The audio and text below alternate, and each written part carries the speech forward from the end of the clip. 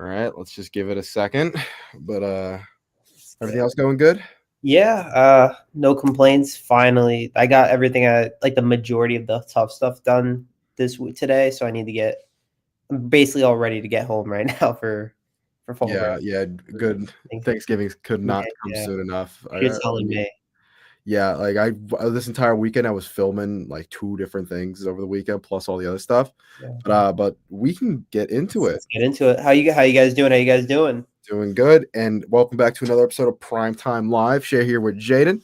Jaden, I mean, busy weekend. Hurricanes dealt with business, as they should have most of the season.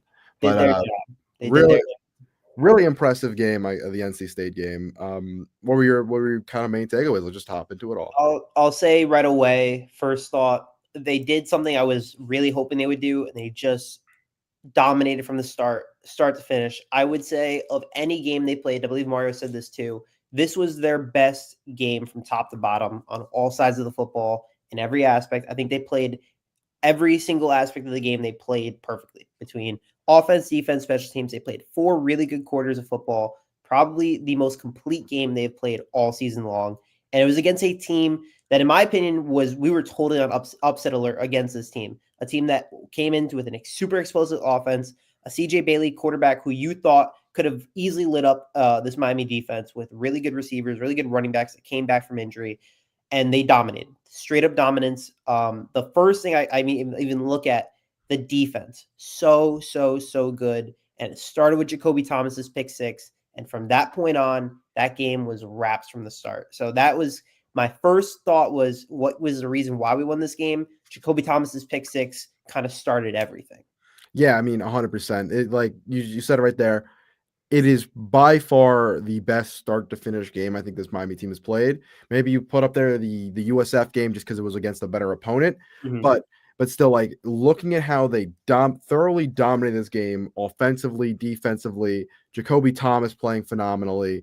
That offense from out the jump just being like, okay, let's go and attack. Let's go and attack the other team. Let's not wait for them to come at us. And they're going to light up the scoreboard. Malachi Tony's throwing multiple passes throughout the game. Finds JoJo Trader for one. Could have had another one to Gerard Pringle. I think he overthrew him on that one, but like still like back going downfield a lot. Not worry about picks or anything. Then defensively, we going into this game, it was like, okay, CJ Bailey, we gotta contain that passing offense, but also they had a very good run offense with both the running backs. Hollywood Smothers, the best by the leading rusher in the ACC. He comes back and he's healthy and he's been explosive all season. You hold him to -2 rushing yards. I get he's coming off an injury still, but like that, they had 29 total rushing yards, 1.5 per carry, and you'll see all that, and it was by far the most impressive showing from this Hurricanes team. I don't really think there's no other way to really say it, because we got the fact that it was just so consistently moving the football, keeping the other team down, and we got to a point where we're not no fourth quarter. Oh, will we? Won't we? We're not into the waning moments of the second quarter being like, well, this is pretty close. I wonder if Miami will kind of put on the gas in the second half, like we think about Stanford and Syracuse, where most of those first halves were. I mean, Stanford just entirely was awful, and then Syracuse it was a little, but then they got going. But the fact that young guys get to play a bunch, Gerard Pringle, just like another name throw out there, like we were talking about. We saw a little bit of flashes last week. Was he going to continue to take a step with more opportunities? And we saw it this week. 17 carries, 160 yards, averaging 7 a carry. He was just everything you wanted out of it. Yeah, him getting the nod was at the starter running back this week. Huge change, and it was an awesome play, move by whoever decided it. It was great. He was so good. He is so fast, electric to watch, elusive. He plays so well. He's so fun to watch. And this is a guy that, in my eyes right now, I'd put him at RB2 when Fletcher comes back. That this is a guy, when you want pure power on one and speed on the other, that's where Fletcher and Pringle are right now. I want Pringle to be playing consistently more, even when Fletcher gets back. He got the nod, and he obliterated that NC State defense, a bad defense, and they made them look terrible. Yeah. And one of the coolest things I saw from this game entirely was the use of the young guys. There were so many formations that Miami had, so many lineups that included Pringle as the running back, true freshman, Malachi Tony, Joshua Moore, Dalen Upshaw. That was a lineup that was used consistently by Miami, and it was so fun to watch because it tells you how much trust this team has in that 2020 in this class. These are all true freshmen. These are all their first games here, and they all look so good. They played so much, played with a lot of fun. They played with a lot of joy, and the play call was creative. So many more creative play calls. At Mhm. 3 or 4 trick plays, a flea flicker on one, a lot of running, towards the outside. The offense looked different. It looked fun. And Mr. H, you make a decent point because this was a lot, a big thing that we've been talking about on Thursday is how much of an influence is Mario and Mirabal putting on Dawson as the coordinator. And it looked like Dawson was just having fun out there, truly as a coordinator. And I thought he played really. I thought everyone played really well. I thought the formations were great. I have no real takeaways from the negatives from this game. I don't think I do. Yeah, and I mean, just something we saw out of Dawson in one of his press conferences, I think last week, in the Monday press conference, was he was like, "Okay, we got to get back to playing with fun, getting the guys because it feels like the way they were playing was so restricted and not really loose that, okay, yeah, sure, we're gonna have a throwback to Carson Beck. Think about last week in Syracuse. Oh, we're gonna throw it to CC Maui Noah off of another screen, like trick plays like that to kind of get the offense juiced up and have some fun. And then we saw a continuation of that where more runs to the outside, more trick plays, more just having fun and not really feeling so restricted and like conservative the way that it had looked. So I wasn't there for the call-in show, but yeah, it definitely does seem like he's just kind of letting it all go because at this point of the season, there's nothing you can't play with. We've talked about this. You can't at this point of the season where Miami is now. You can't play with the mentality that we're more talented. We should just go out there and win these games without having to throw everything out there because these teams in the ACC have shown throughout the year against Miami and other outside of Miami, look across the ACC have shown they're going to fight back. You're not just going to simply overpower them with pure talent. You got to just go out and win these games in every single facet. And the Miami offense playing as free as it has, that game was just so refreshing to see. Yeah, they look like they. I don't know. I was just reading actually the press conference from Dawson right now, and one of the things he actually said, which I found interesting, he said that we're seeing the exact same plays that have been in the playbook. And he said, by end quote from Cam Underwood, other than 2 wildcat and 2 trick plays, it's the same plays we've run since week 1.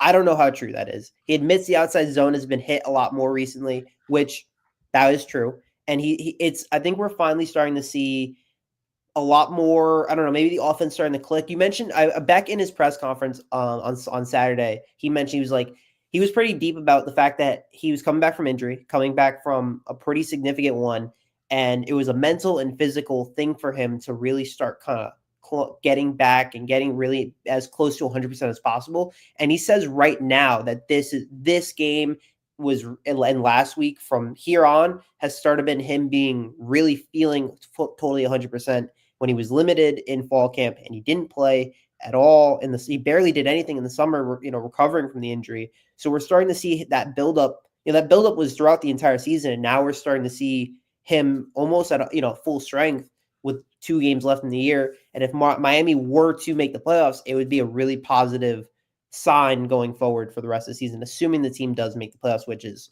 we're going to talk about it in a bit, but Yeah, it's I tough. mean, The yeah. the the scenarios, situations are tough.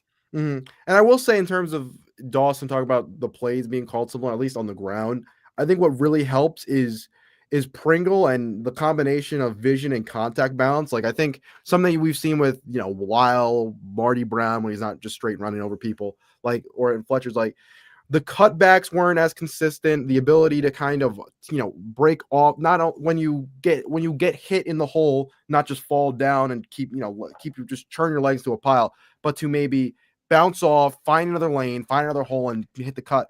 And we saw a lot of that from Pringle during this game where he think about that one little short pass that he took, Yeah. bounced off a defender, and was able to scamper for the first down. I think just kind of how important he was in this game was that contact balance, that ability to kind of keep his legs moving and stay, accelerate after getting hit, bouncing off the tackler. It was just big in this game, and as well. I mean, just Mr. HD, yeah, the between Beck and Keelan, we've kind of seen grow and be more consistent over these last few weeks. Where even though CJ Daniels is out, he's been, the not maybe him and Tony toss up, but it looks pretty similar in terms of going downfield to Keelan, whether it's on third downs like it was during the SMU game, or just downfield like it was during this game, or in Syracuse where he had the big 61-yard catch. Like Keelan's been so much better than I think any of us could have predicted going into the year. It was just like, oh, he's going to be a fun gadget guy. We're going to get him on some sweeps. We're going to give him some handoffs, give him some screen passes. But like, he's just been, reliable downfield, good hands, making plays where it needs to be made. And yeah, I mean, just once again, it was just so impressive just what Miami was doing and how different it really looked offensively, at least. Defensively, it looked like it has most of the season. This defense has been awesome. It was awesome on Saturday, but offensively, just how free they played was just so fun to see. And to have Stanford and Syracuse looking as bad as it did for the first half, and then it being a totally different story for this game. I mean, they finished with almost 600 total yards, 214 rushing. Like they had 28 first downs. They just played good football, and they were just able to move the ball totally at will. They just played a damn good football game on all fronts. Marion was so awesome. 7 for 96, and it was a silent 7 for 96, but it was so impactful. Tony was great. You had Joshua Moore, and even having guys towards the end of the game coming in like Nykar, and you were able to get Luke Nickel and Emery a little bit of action. That's the games where you're like, that's really good against a team that just beat Georgia Tech, that was within striking distance of Notre Dame for the entire year, or for the entire game, that game for NC State. Like it's a quality opponent that has a very good offense, and to limit them the way they did and the offense dominating them as much as they did, it was so good. And one of the things I saw from the defense with Keontae Scott out, potentially out for the season, they had a lot of Bryce Fitzgerald playing the nickel, and it worked really well. He was so good. It ended up being, I believe, a defensive back room with Thomas, Lucas, Bryce Fitzgerald as a nickel, Damari Brown, and I thought they just played so well, all of them together. And I can't stress enough how good that defense truly looked. Like, I thought they were going to be a much better defense than they were last year because that bar wasn't that high. This defense is playing like a top 10 defense in college football right now. Against this good of an offense, they played a fantastic football game. Yeah, I mean, 100%. We just saw what this offense did, and they had a bye week off. They had a rest week, and we saw what they did against Georgia Tech, lighting them up, going down the field constantly on them, and then you're just able to hold. You're able to hold this NC State offense to just so limited. You force. I think a lot of it came from just constantly putting pressure on CJ Bailey, whether it was up the middle, around the edges. Miami only came away with, I believe, 1 sack on the day, but you just watched that game, and he was not running for his life, but he was fighting for his life there in that pocket, and then it forces 2 interceptions there, where one maybe it wasn't necessarily forced by pressure, the pick six, but Jacoby Thomas makes a great play coming around, cutting off the pass, but then the second one, 100%. You watch that one; it was for CJ Bailey fires over the middle, and it just picked off by that was Thomas as well, right? Thomas is both of them. And he almost had a third one too. He was just such a good football game from him. Yeah. Yeah. I mean, Jacoby Thomas has been phenomenal all year. And that game, kind of the blend of pass rush and coverage was just so great to see. We've seen it consistently with this team where maybe the sacks aren't necessarily there, but the guys are getting to the quarterback where they're forced to throw it maybe a second earlier than they want to. And it's wreaking havoc constantly against on these opposing offenses.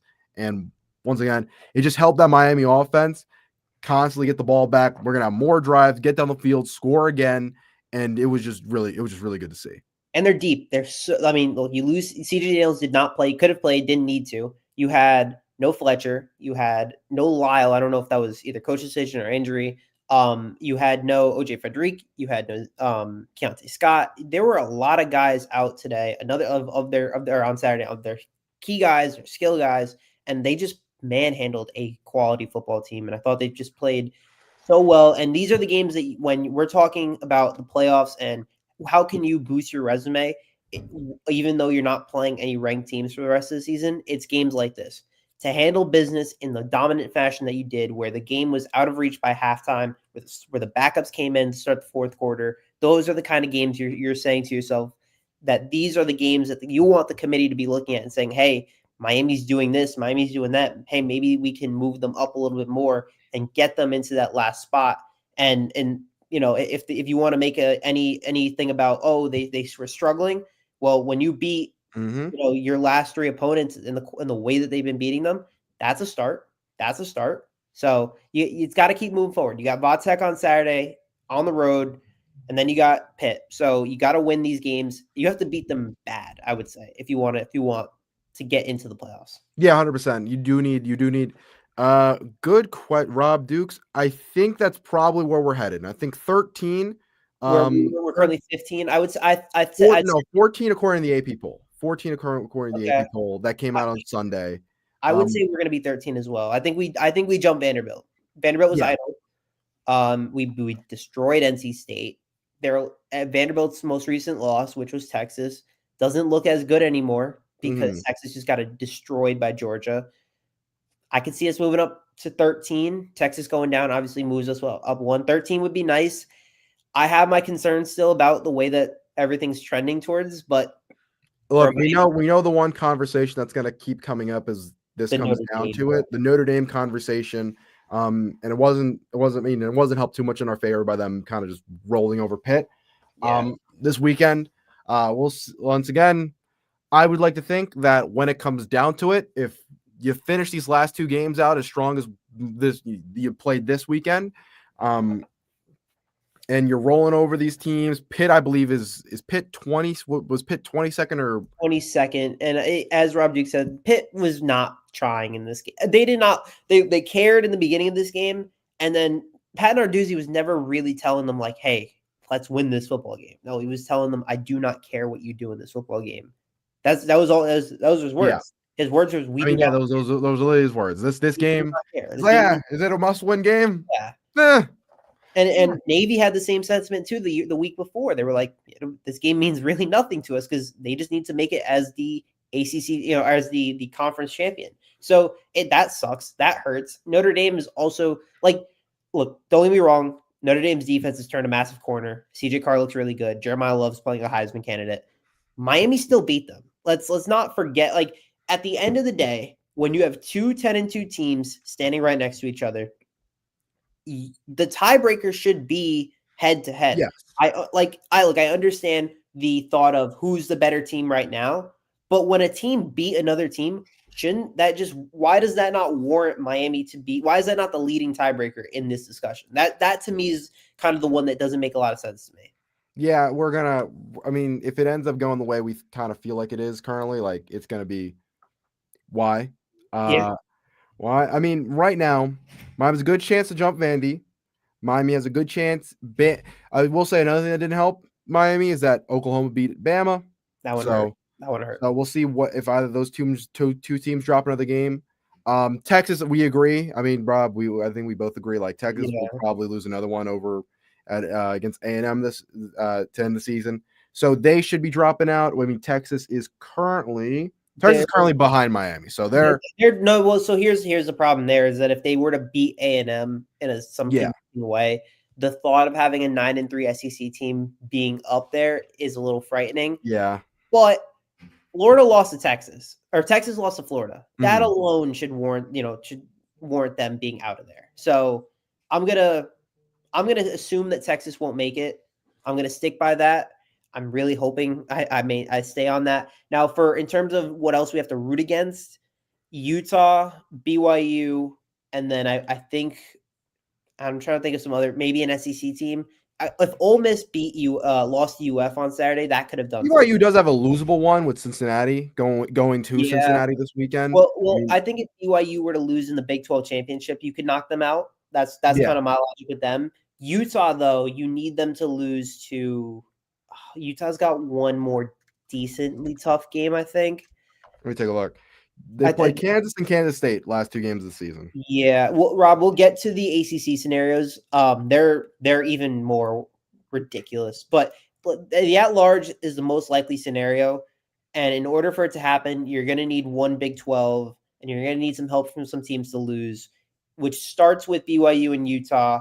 And I would say if you want one more, Bama against Auburn, that's the one I keep looking at. That if Bama loses to Auburn, you have a 3-loss Bama team. Why With the hell is two, Bama playing Eastern Illinois and at it's this point of the year? the SEC's has their non-conference bad team games. So next week is essentially a wash, right? Yeah. There's a little wash. Last game of the year, though, Iron Bowl. That's the first thought of my mind. In Jordan-Hare, Auburn with nothing to play for, that could be something. That's all you can. You have to be looking at some of these 2-loss teams now in the SEC and say, hey, can you lose one more to me? Even if Oklahoma loses to Missouri this week, I don't even know if they fall behind Miami. I can't tell you that. I can't guarantee you that. But a 3-loss that kind of 3-loss Oklahoma team doesn't make it. I'll tell you that. Yeah. Then Miami would be above them. So there's a lot of different avenues, but you're going to need help. Like at the end of the day, you're going to need help. And I feel like even if it falls to 10-2 for Miami and Notre Dame's 10-2 as well, they're not going to give it. They're not going to give it to us. I can't see it. I know, like, you got a lot of people in the media that are going to start defending us for valid reason for the fact that if you play each, what's the point of the games? Which was a really good comment from one of our Miami guys, Gio Milan, I believe. He said, why should we even play next year's game in South Bend if the game doesn't mean anything? In a sense, in less words, this is an 0-2 Notre Dame team. Started the season 0-2 and then 1 out for the rest of the season. And now Miami's loss. Notre Dame's loss to Miami is weighed at in a more positive. Yeah, no, 100%. Like it's like Notre Dame's losses mean more than Miami's wins currently. Yeah, it doesn't make sense. I don't think this. We don't play. The Orange Bowl is no longer a. It's only a CFP game now. The Orange Bowl Hypercane. The best bowl game that is not in the CFP is the Pop-Tart Bowl, which is where we were last year. Yeah. So if you're basically saying that you're fine if we play in the Pop-Tart Bowl again. Look, I'll agree on you that like I'd love to win a bowl game in general. So like if we don't win, we do need to win a bowl game just because that hasn't happened, I believe, since 2016, if I'm not wrong. I saw a stat that our last or our projected bowl game right now is the Gator Bowl versus LSU. Gotcha. So I'm not sure I want that, to be honest with you. I'd much rather just prefer getting. Last time the Hurricanes won a bowl game was in 2016. So like, would I take one? Yeah, I'd love the bowl win, but you want it to come in the playoffs, regardless of where it goes. Yeah, it's I don't know. I'm continually be baffled by some of just the way that the committee has done all this stuff. I get it. Miami's done it to themselves, but when you end the season with the same record, and the difference is that one team beat the other one, and that Notre Dame has better losses than Miami does, I'm starting to get confused of why. What are we valuing? Like exactly. Why are we valuing quality losses over everything else? That doesn't make any sense to me. Yeah. I would get it if, it's two teams that haven't played each other at all. Like, okay, fine. But like these are two teams that have played each other. And we're under the assumption right now that Miami is going to, run through the rest of their schedule, finish 10-2 like Notre Dame. And then that's how you decide. Like that should be like if both these teams are playing their really good football down the stretch, which for Notre Dame it's 10 straight games, but Miami 4 straight games, regardless of how you want to slice it. Notre Dame hasn't played anybody too crazy. Miami's played USC's pretty good. USC's their best win. It's their best win. Yeah. So but it's their best win of the season. But look, so I get it. If Miami closed out the season, maybe lose another one, that one 100%. No, I mean, and look, that's fair. Like you It's a wonder very why, fair like, why opinion. would we play Notre Dame, a very difficult game at home to start our season when we had a million different changes if it wasn't going to mean anything when the season came to a close? Like, Yeah, what is like, why would we do that ever again if risk taking a loss early on in the season? Like it just feels like it's pointless to play these games at the beginning of the year. yeah, Like, yeah. why schedule a tough game at the beginning of the year at the end of the season? It's like, oh well, that team went in a different direction, so it really doesn't matter anymore. And then that's the same talk with Bama right now, where of the 2 lost teams, Bama's got the worst loss out of them all, and no one really cares. Bama Yeah, has a loss to currently 5-5 FSU, five, like and like that's a that game that that win for FSU, like that loss for FSU, like it was just so inconceivable that Bama would have yeah, lost to a bad yeah, FSU team that we spent weeks propping up FSU yes. into the top 10. Like, A team that because just lost to Stanford by 3, a team that got abused by some of these teams, and we're calling them like and now, oh, but it was in week 1. So what? I don't. So that's my like. Why does the order of the schedule matter? Because if Miami won at this same score next week, it would benefit us, incredibly. But because it was played in week 1, the game means nothing now. Then what's the point of even scheduling tough out of conference games? Look at Utah. Utah's out of conference schedule was UCLA, Cal Poly, and some other bum team. Like what are we doing here? They didn't play a yeah, single tough out of conference game, and then in their best win right now is Cincinnati. They have a loss to BYU and another loss to Texas Tech. They haven't beaten good teams. Their best win is Cincinnati.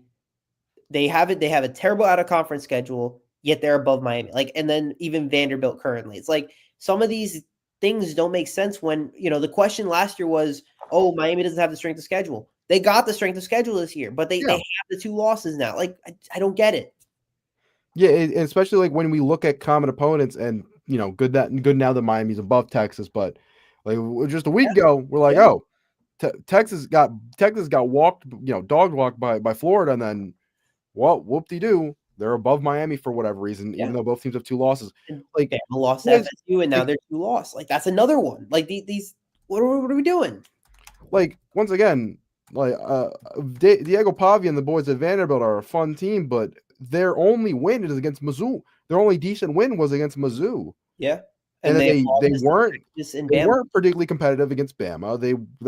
They played a pretty they almost came back against Texas, but like And then I where guess if you wanna throw, like, why are they where they at? I think they're calling South Carolina because South Carolina was played when they were a ranked team, which South Carolina is currently not ranked, and blew a 30-point lead to A&M over the weekend. So, like, I don't Well, get like it. you could say that, but then South Carolina lost their starting quarterback early in that Yeah, game. Like, yeah. So I would say, like, overall, when you look at it, say that everything remains the same, unchanged, and you say we need 2 10-2 teams to get in, and I'm looking at, the of I do believe that Notre Dame and Bama probably should be in because they both have really good. I think that Notre Dame has looked really good, and I think Bama has the wins to prove it despite the 2 yeah, losses. But Miami also has to be right above them. Like, it has to be those 3 mhm, teams kind of vying for that last spot, and not, the consideration of Vandy and the consideration of Utah, or I guess, BYU is a 1-loss team. I think BYU is fair. Some of that stuff just doesn't make a whole lot of sense to me, and I think it's because they dropped Miami 8 spots, total of 16 spots over 2 losses, yeah. which is crazy. So it's unfortunate for Miami. They just have to win out and then hope for the best. And I guess it's a good segue to get into the ACC scenarios, which are a total nightmare. I like no offense, but I don't even know we should like Because so though, this. it's possible. It is possible. I do think there is some world to it. It's not as crazy as I totally thought it was, but it could end as early as tomorrow. Let me see if I can pull it up. There it is. All right. So the best scenario, shout out Cam Underwood. Obviously, he made this. Obviously, he's with us with college football. This is the best scenario possible. The scenario 2. So Miami beats NC State happened. Clemson beats Louisville happened. Virginia beats Duke happened. So for Saturday, for people with their rooting interest, Miami needs to beat Vatech. That goes without saying. Duke has to beat UNC. Duke is definitely favored in that game. The biggest one, and this is the biggest one in general that decides anything. Pitt has to beat Georgia Tech. Yeah. No doubt about it. And then the other one, obviously, being Louisville having to beat SMU. I don't understand this at all in a four-person tiebreaker with SMU having a tiebreaker over Miami. Doesn't mean anything apparently. That you need SMU to go 1-1. You need Pitt to beat Georgia Tech and lose to us. And then you need Duke to go 1-1 as well. I don't really know where Duke is kind of falls in this, but there's so many different things going on, and there is a world. It's so hard. It really is hard to kind of predict. Like, can this happen? I think the ACC can happen. I do. It's just so small. Like, can you pull that back up just so I can read it again?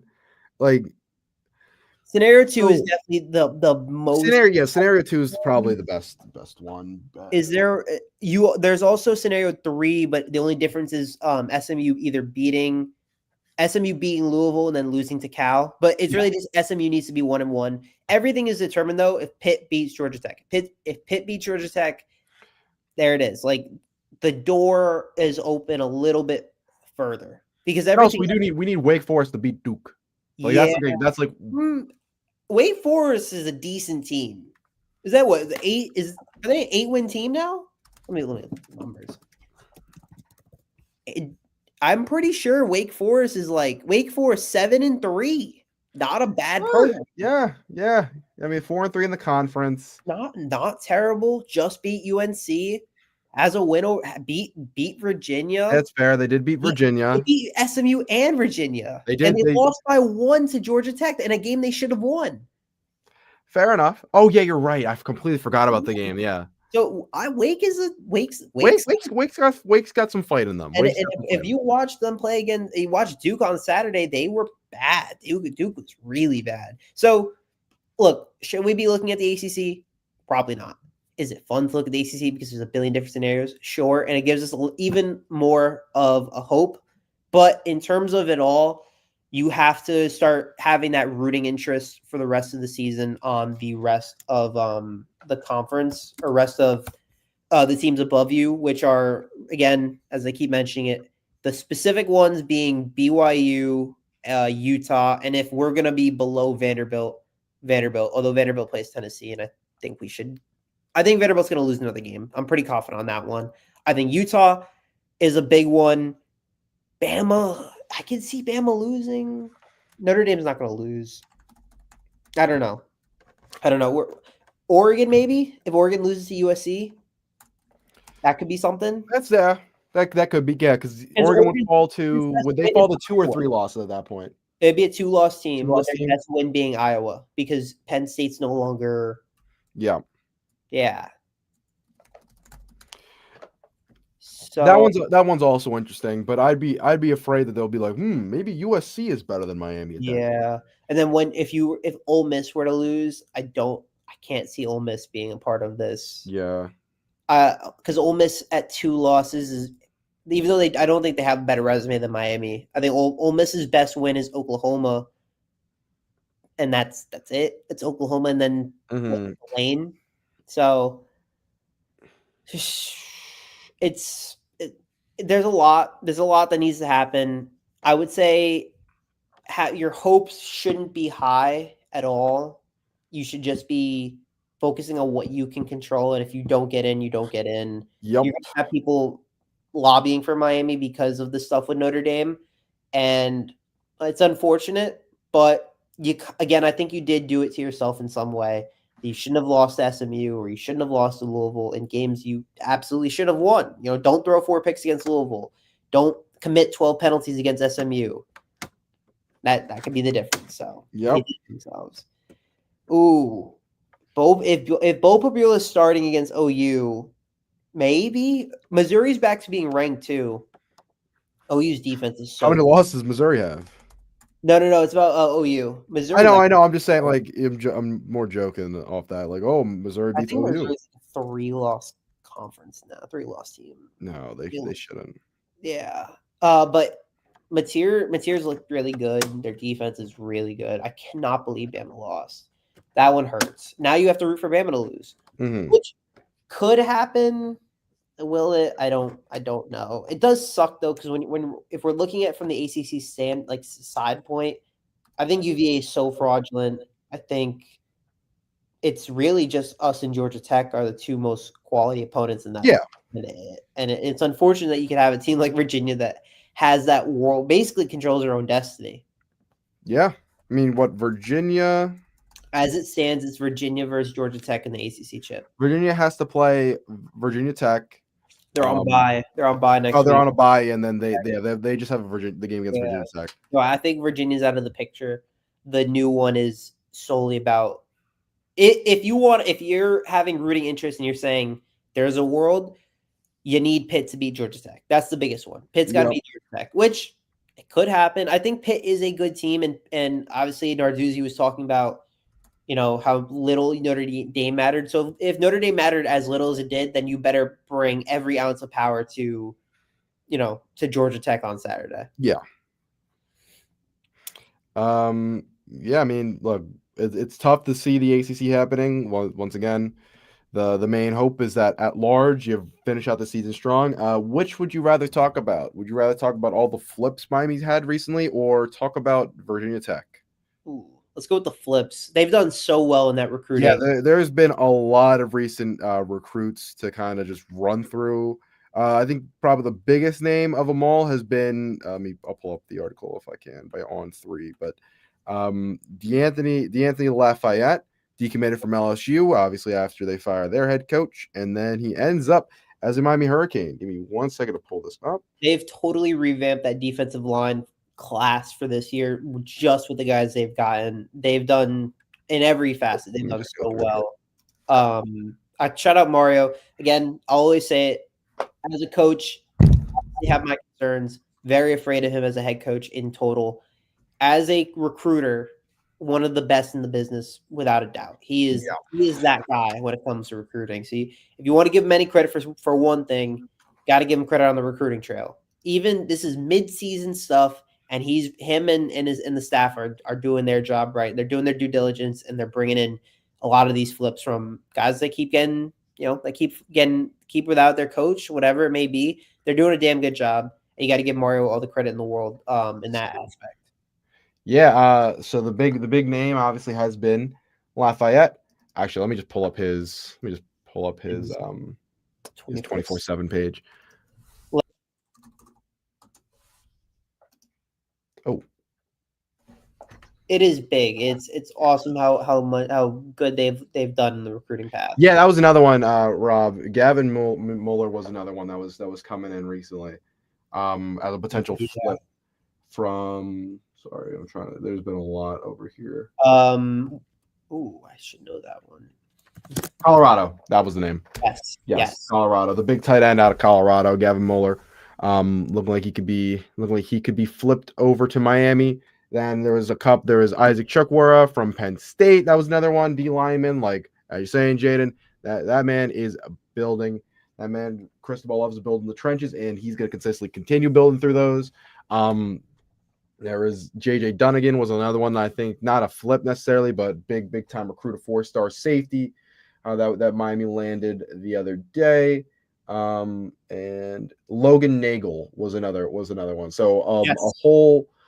a whole like flipping him from Pitt. Miami has kind of been hot on the recruiting trail this last week, with which, like I just said, like a bunch of huge flips. And I mean, just Lattimore. Sorry, I want to double check on that.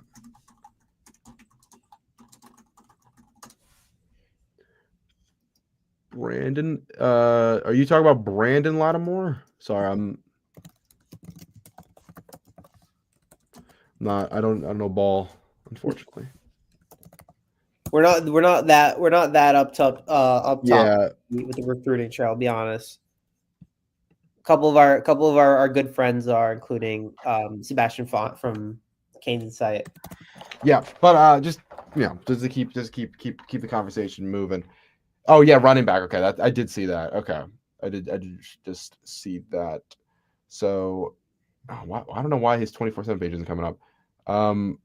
But yeah, just a bunch of flips, bunch of people might be bringing in. It's just kind of consistently going, and that just kind of shows. I mean, season's going, but all this stuff kind of happens on the back on the outside, and it just. I mean, you got to be impressed with just what Cristobal is able to do. I know we do give him a lot of flack, and people do, just because. I mean, it's the blessing and a curse. You're able to bring in all this talent, but the inability to take it home when it matters most is what kind of makes it as frustrating as it is. Let me see if I can pull up his highlights for you, Rob Dukes. I do want to see. You said it reminds you of Frank Gore. Yeah, I agree. It really does feel like one of those, like, you damned if you do. Like, it feels awesome to have him because of the talent that he brings in, and at some point maybe that talent can overmatch what he lacks in as a coach, but as a Mhm. overall, what he can do for a program has been unbelievable in terms of, again, we haven't been Hurricane fans as long as you guys have. Yeah, I don't know if I You can pull. guys have been struggling. Miami's been struggling for the last 20 years, objectively. They Yeah. were struggling for 20 years plus. Mario comes in, he changes the standard completely to the point where there are people in this community that would be okay with Mario would be fired for fair reason. I understand it. But where we are right now in the Cristobal era, he's done something that we haven't seen in years where we're consistently getting 10-win seasons. So as much as you could be upset that this team may not make the playoffs, you have to be kind of positive as an overall fan from 20 years prior to where. Oh shoot, that's Is big. that true? Let's take a look. Let's see. 20 years prior to where they are now. I think 24/7 just posted it. Yeah.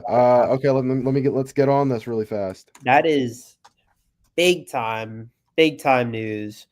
I wonder. I always wonder this about how much that affects a team over the course of, like, the most recent, like, for the upcoming week or whatever it may be. I always wonder how much that might Yeah, that might matter. But that is this is big. this is big. I mean, there were the rumors of it were kind of going for a minute. Also, let me get that off the screen. Yeah, I thought FSU was also going to be a potential candidate in that spot, but they haven't fired Norvell yet, and I think Yeah. Tech wanted a decision pretty soon, and they got it. So good for them. I think James Franklin, despite how much hate he has, about not being able to win the big one, he can steady a program that is in need of a massive rebuild, and Vatek's that team.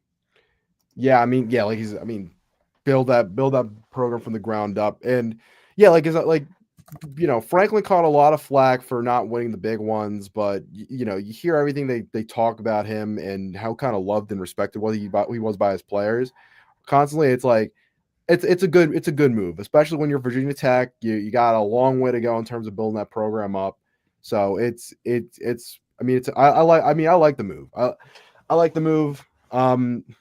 It's been a long I time since Virginia Tech was in that, been really, really good. They haven't been 8-5 since 2019.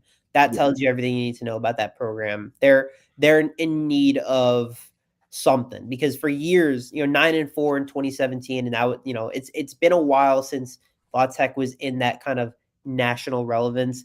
I was thinking about this, Rob, about how much it really. I don't know.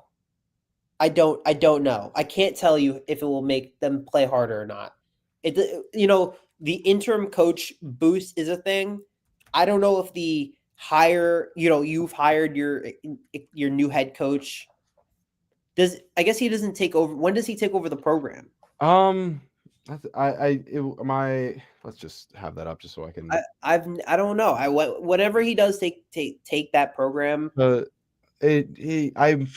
would doubt that he would take it over anytime before Yeah, the actual season comes to a close, just because it'd be hard to kind of step in there.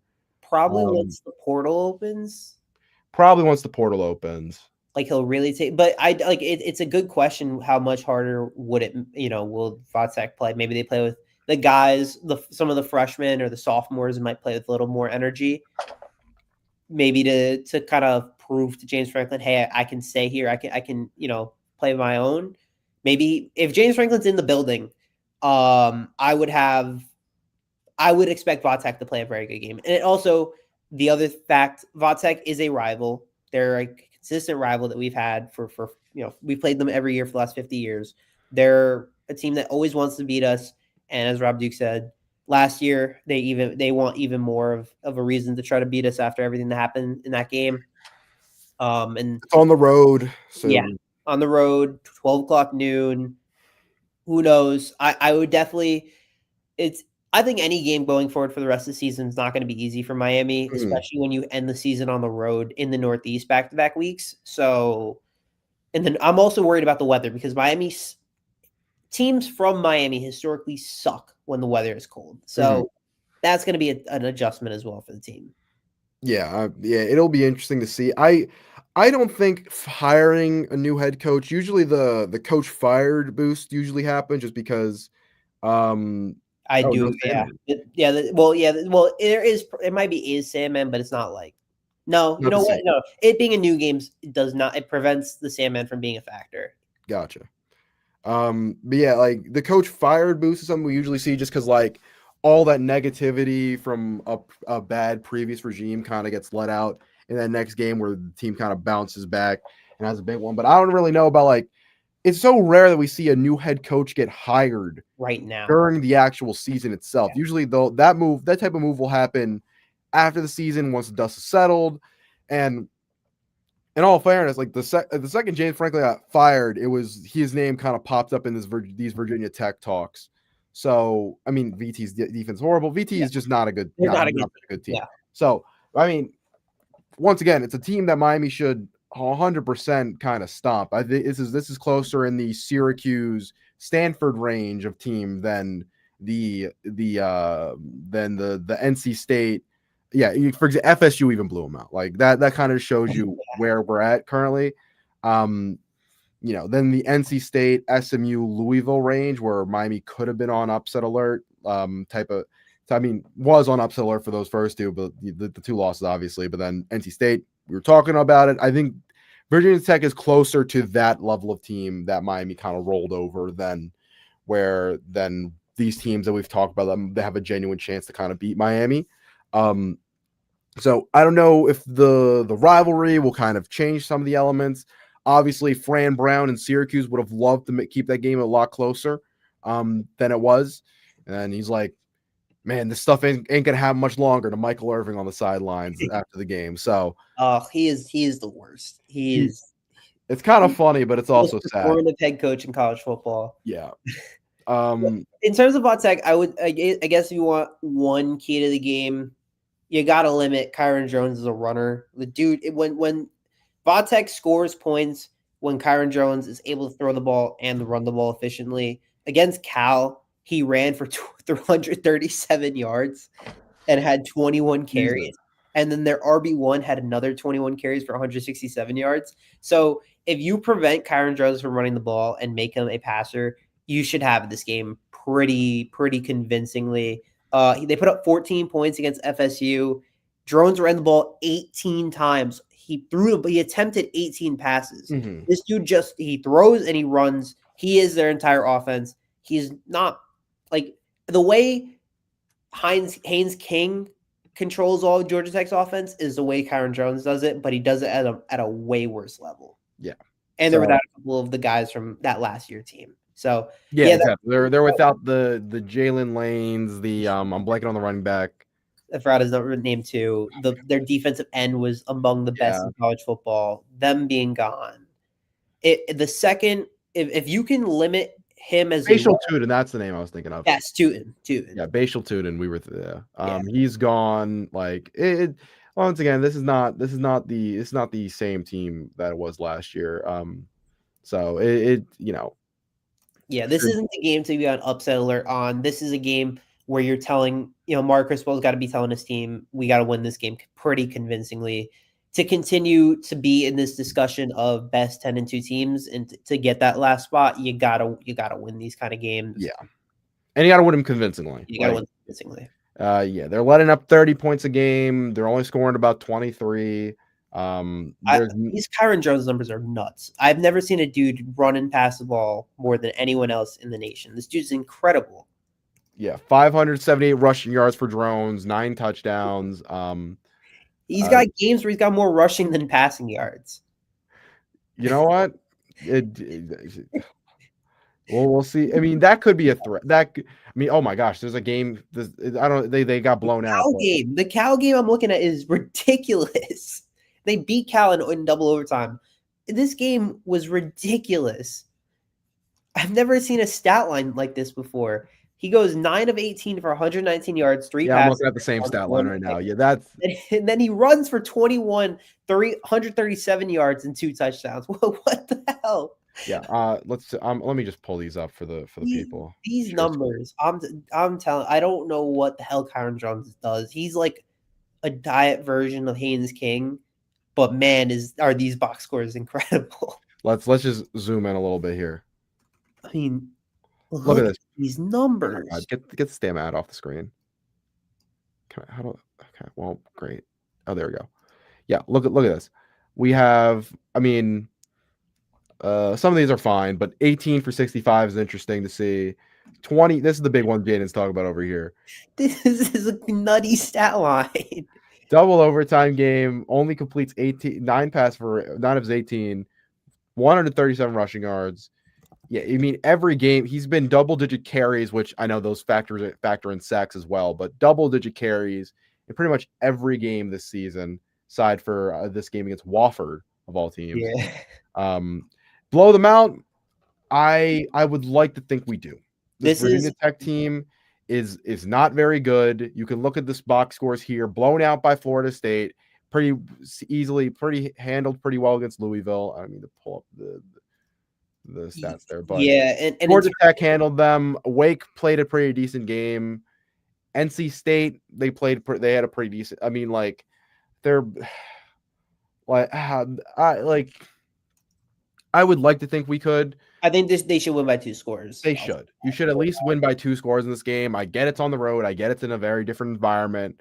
It's gonna get a little chillier up there, but you should be fine. The last time they played in Blacksburg, they won 20-14, and then it was 25-24 in 2020, and then 38-14 in 2018. So they've won 4 straight against Vatek.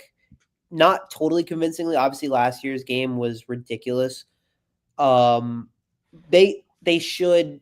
I think they should win 2 scores. I'll say they should win by at least 14 would be my guess, and I think that would be a pretty big positive. Again, the elements to me scares me. If you want to say anything that scares me the most about this game, the weather. Just in general for Miami teams when they go out up north, they just seem to be afraid of the cold. So hoping that changes on Saturday. Yeah. Hopefully it does. I think best way to wrap this up. Jaden, what's your score prediction? I know you said 2 scores. What do you think it will be? I think they do win by. I'll call it. They win by like maybe 16 or something. So let's call it. Let's go 28-12. I'll go. I don't think Vatek's offense is really not good. And if your run game has been so awesome that if you stop Kyron Jones to under 100 yards rushing and probably them as a whole to 150 yards, they should win this game convincingly. I like that, Rob. I like it a lot. My concern with 38 in Blacksburg, Virginia, I don't know if this team is ready is tested for this kind of weather to be able to put up 38. That's why I think like 28 I could see. All right, I'm gonna bring up my screen one more time here. This was a weather stat. Miami's record in under 50 degrees because it cannot be a good stat at all. Blacksburg, Virginia. We're pulling up the weather report. Yeah. Let's go to Saturday. I'm a big weather guy. Oh, only 60. Okay. All right. We can do 60. Let's take a look. It's supposed to be, I mean, we're early in the week, so things could 100% change, but we got, let's see. This game is about 12. 60. We could do 60. We could do okay. Almost 58 and 60, but we do got a little bit of a precipitation. We play every game in rain at this point. That's also true. You got a good point right there. So all right, I changed my mind. The 38-14 is a very fair point. I thought it was going to be. I'm from the Northeast. The Northeast has been super cold recently. I thought it was going to be cold. It's not, which is good. That's positive for us. Good. Weather is fine enough to play if you're Miami. It's not freezing. Rain you're used to. Yep. So we got Shay. Let's go with 42 to 10. Okay. They've been putting up 40s back-to-back weeks. I can see another 40. Okay. That's where I'm going to go. I like that. I like that a lot. All right. Rob Dukes, hopefully we at least split the middle here and it's 38-14. Yeah. But that is all for today. As always, Shay here with Jaden. Jaden, you'll be on Thursday. Yes, correct? I'll be on this Thursday. Obviously not next Thursday with Thanksgiving. But I'll be on this Thursday. We should be back next Monday. We should be back. Travel's a little weird, but I think we should be able to get on next Monday, and we will see all of y'all. Oh, and one on defense. Fair enough. Another maybe Jacoby Thomas. Ruben. It's been a minute since Ruben Baines got in a turnover, so I'm gonna say Ruben Baines scoop and score. Ooh, let me go. Xavier Lucas. Lucas. I like it. Got pick six. Actually, I'm changing mine. Let's go Xavier Lucas, pick six. Damari Brown's been forcing incompletions at a high rate. They've been throwing the ball to him enough. So Bryce Fitzgerald's good. I thought about Bryce a lot. He's playing that slot. Could be dropping down in the flat. Well in that nickel. He's playing well in that. Maybe a nickel blitz. Nickel blitz forces and doesn't see it. Yeah. Okay, I like it. I like the energy. I like the positivity we got right now. Hopefully, Miami continues that positivity into the rest of the season and hopefully into the playoffs because I would like to go to one of these playoff games. Absolutely. Yeah. So, but everybody, have a good one. And later. Peace.